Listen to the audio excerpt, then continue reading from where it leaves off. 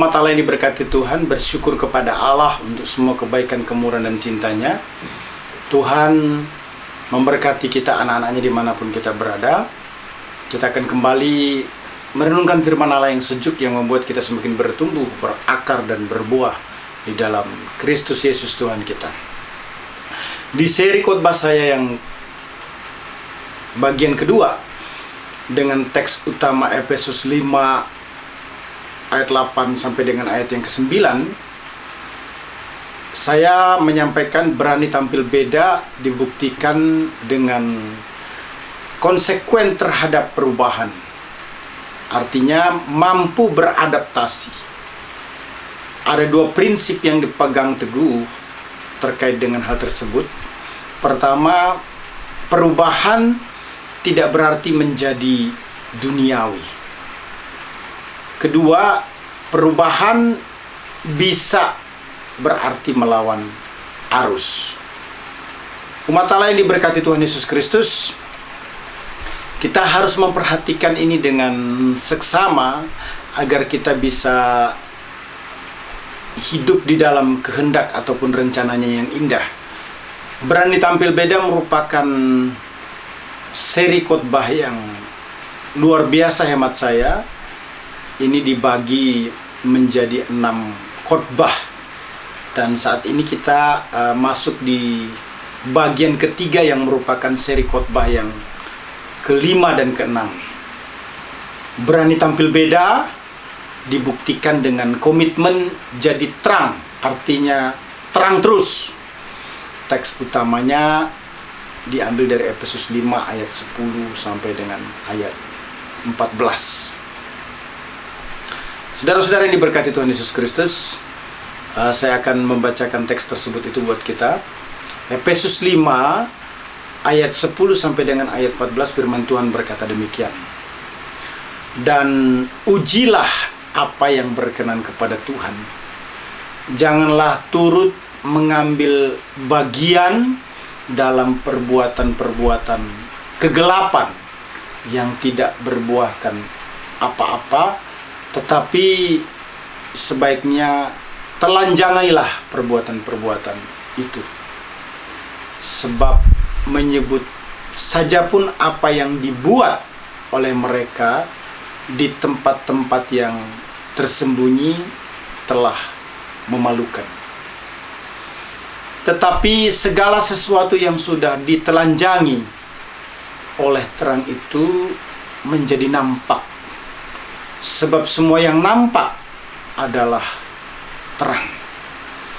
Itulah sebabnya dikatakan, bangunlah hai kamu yang tidur, dan bangkitlah dari antara orang mati, dan Kristus akan bercahaya atas kamu.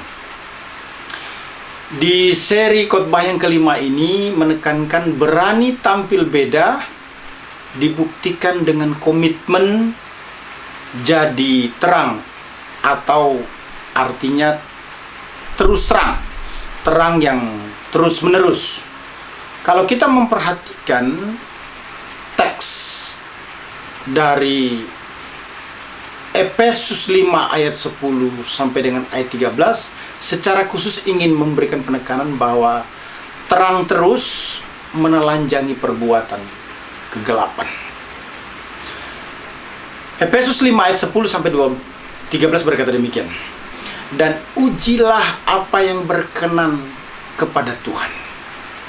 Jangan turut mengambil bagian dalam perbuatan-perbuatan kegelapan yang tidak berbuahkan apa-apa.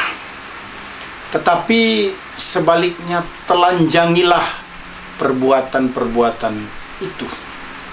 Sebab menyebutkannya saja pun apa yang dibuat oleh mereka di tempat yang tersembunyi telah memalukan. Tetapi segala sesuatu yang sudah ditelanjangi oleh terang itu menjadi nampak, sebab semua yang nampak adalah terang. Efesus 5 ayat 10 menyatakan, ujilah apa yang berkenan kepada Tuhan. Berkenan kepada Tuhan merupakan kriteria atau patokan hidup yang menelanjangi perbuatan kegelapan, sehingga kita hidup sebagai anak-anak terang.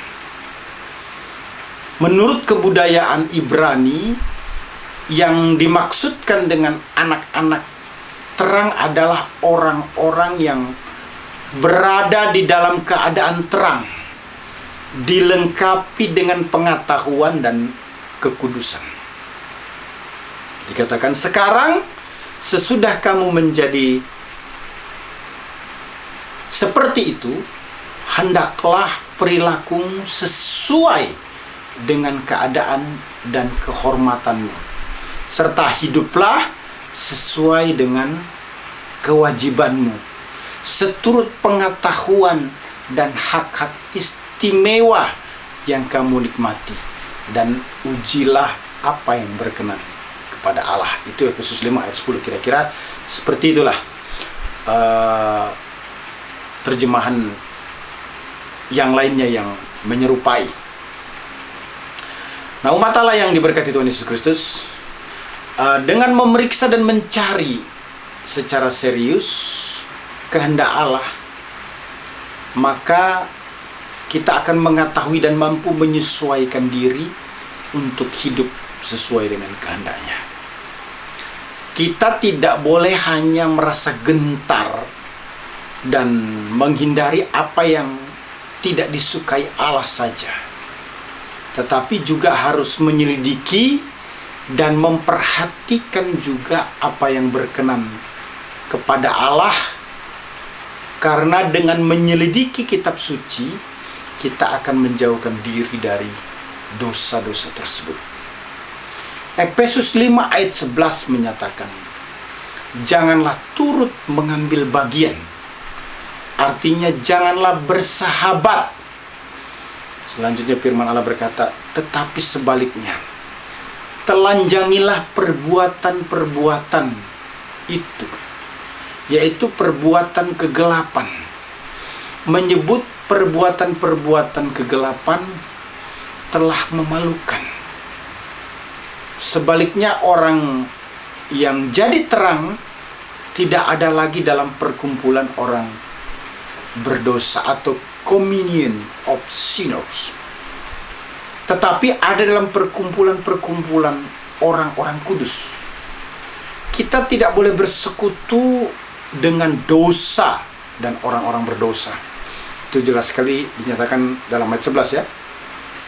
Perbuatan-perbuatan dosa merupakan perbuatan-perbuatan kegelapan. Perbuatan-perbuatan itu berasal dari kegelapan. Perbuatan-perbuatan kegelapan ini tidaklah berbuahkan apa-apa. Dalam jangka panjang, tidak ada yang dapat diperoleh dari perbuatan-perbuatan ini. Apapun keuntungan yang sepertinya ditawarkan oleh dosa, sama sekali tidak akan dapat mengimbangi kerugiannya.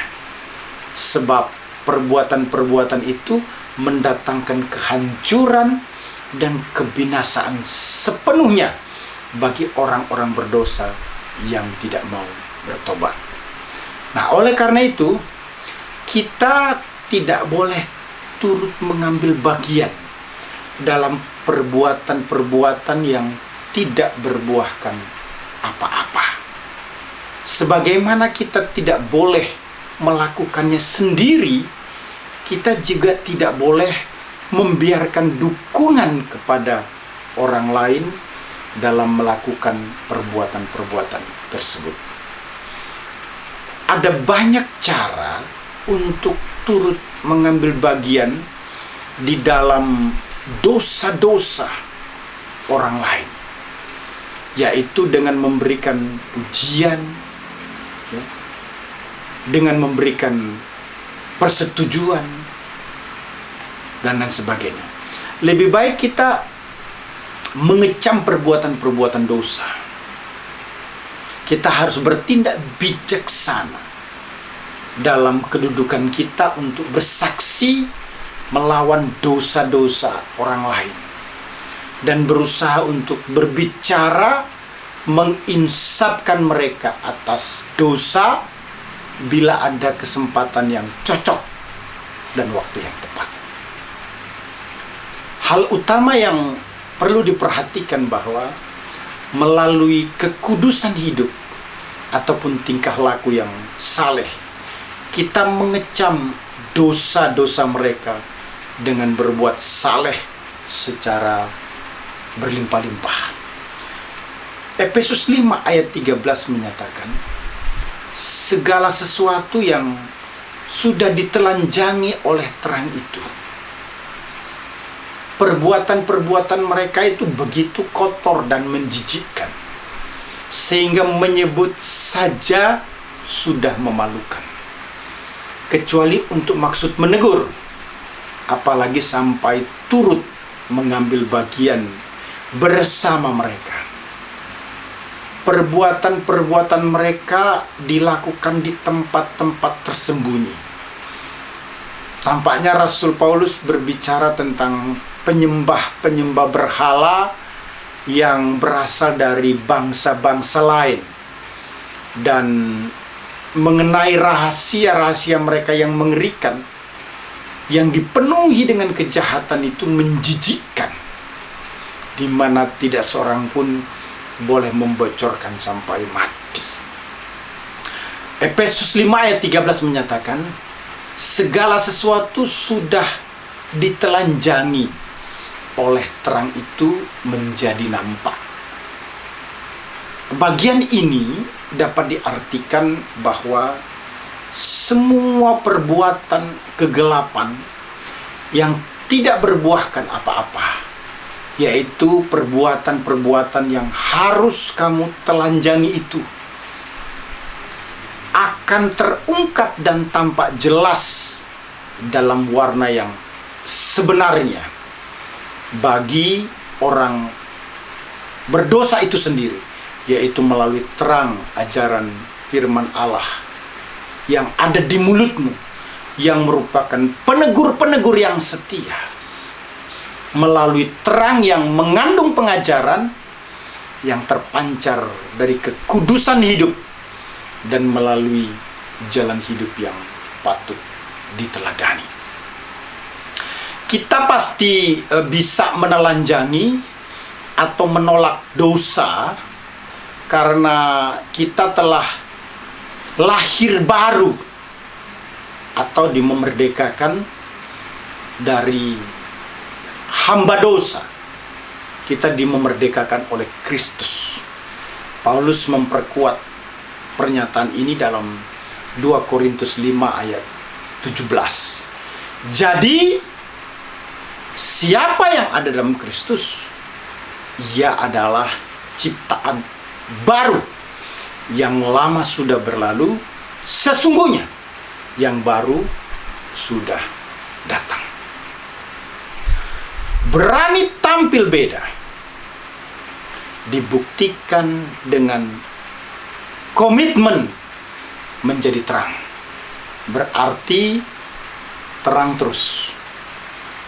Kalau kita lihat Efesus 5 ayat 10 sampai 13 menekankan bahwa terang terus menelanjangi perbuatan kegelapan. Tuhan Yesus memberkati. Immanuel. Amin.